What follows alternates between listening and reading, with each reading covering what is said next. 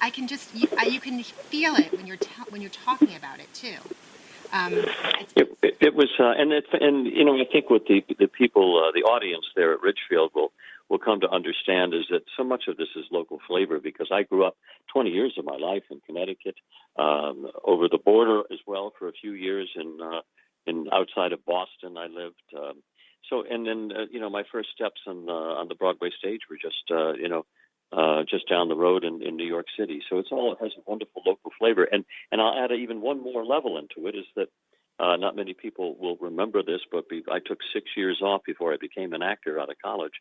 And I went into public relations, and I was director of public relations for Waterbury Hospital in Waterbury, Connecticut, just up the road from the Ridgefield Playhouse. I don't think I ever knew that. Yeah, it was. Yeah. And I'm a director for several years, director of the public relations for the Red Cross in Farmington. Yeah, my fingerprints are all around the state. Oh my, wow. So can we reflect back a little bit about Seinfeld? How did that change your life, and what do you miss the most? Well, I was playing with the championship team in the championship season. I don't think there's ever been a cast assembled that was quite as talented or as intelligent as the four of them. And you just knew you were in St. Peter's Cathedral when you were there, either rehearsing or doing the show. And you knew that you were going to be part of something that your grandchildren would be watching with you. And I can't say that about any other show that I've done. It was just blessed with permanence, and time has proven me correct.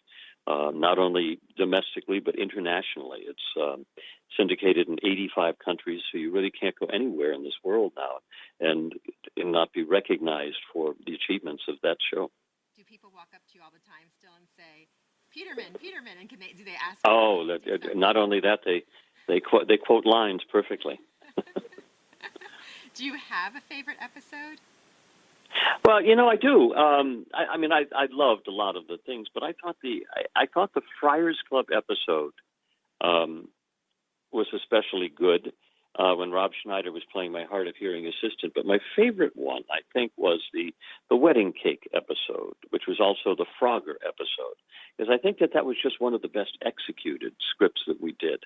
The idea of George chasing his Frogger score, his lifetime achievement, at a pizza parlor that was now closing, and he had to save that Frogger machine because that had his high score on it, which was the only thing he ever, the only great moment in his life. And as he turned to Jerry once said so whimsically, he goes, "Jerry, I'm never going to have kids. This is all I have."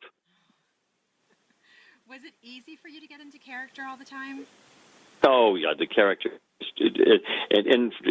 Actually, it was easier to watch the character develop. And I mean, he just became a crazier and just a more and more of a walking lunatic. I read that you said that J. Peterman came naturally to you.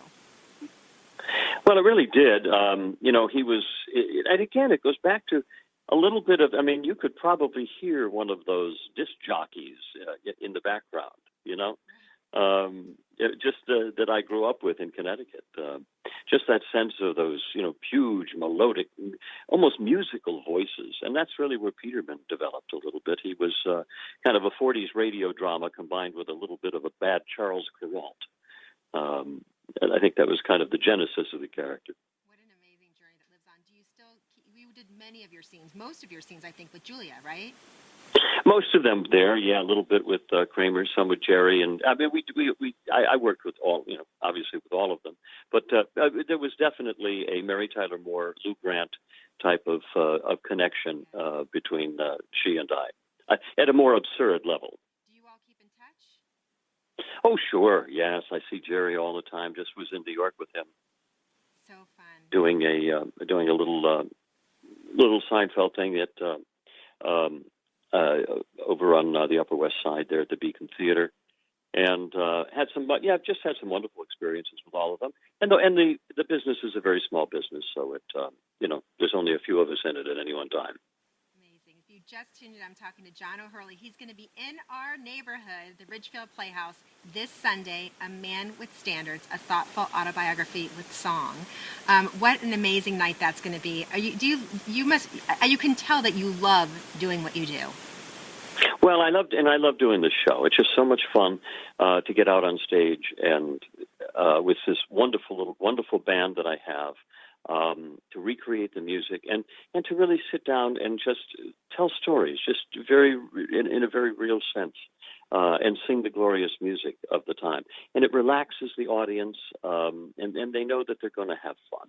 From the second I walk on stage, I make them laugh, and I let them know that they're in good hands, and we're going to have a good 90 minutes together. An evening not to be missed, for sure. Is there anything that you can talk about that's coming up with you? Well, I have a lot of fun stuff. I'm actually over here today on Shop HQ, the home shopping channel, because I've premiered a new show called The Pet Shop with John O'Hurley, and it's celebrating because I am the host of the National Dog Show, as I've been doing that for 19 years now.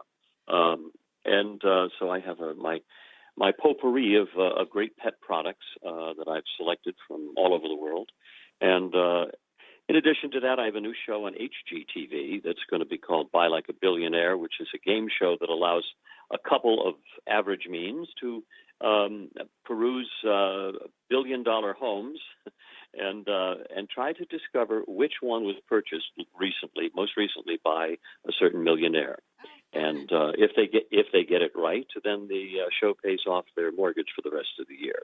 So it's a fun combination of what HGT does really well, along with a wonderful game show theme to it as well.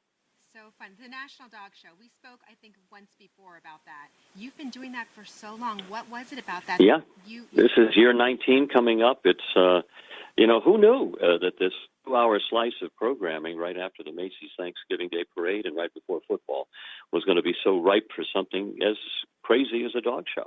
It used to, they used to get ratings of less than 1 million watching reruns of It's a Wonderful Life, and they put that in there, and lo and behold, we now have 32 million people that watch that show. We've been very, very lucky. Amazing. Well, what a wonderful day to talk to you. Thank you so much. Thanks so much for joining me on this episode of What's Up with Wendy's podcast. If you love this episode, head over to iTunes or Spotify or your favorite platform to subscribe and leave a review if you want. Please also follow me on Instagram, Twitter, and Facebook at What's Up with Wendy. And you can also learn more about my podcast and about me on my website, whatsupwithwendy.com. Until next time, this is Wendy Lowy Sloan, and I really hope you enjoyed my podcast, and I hope you'll keep on listening, and most importantly, keep being kind. Thanks so much.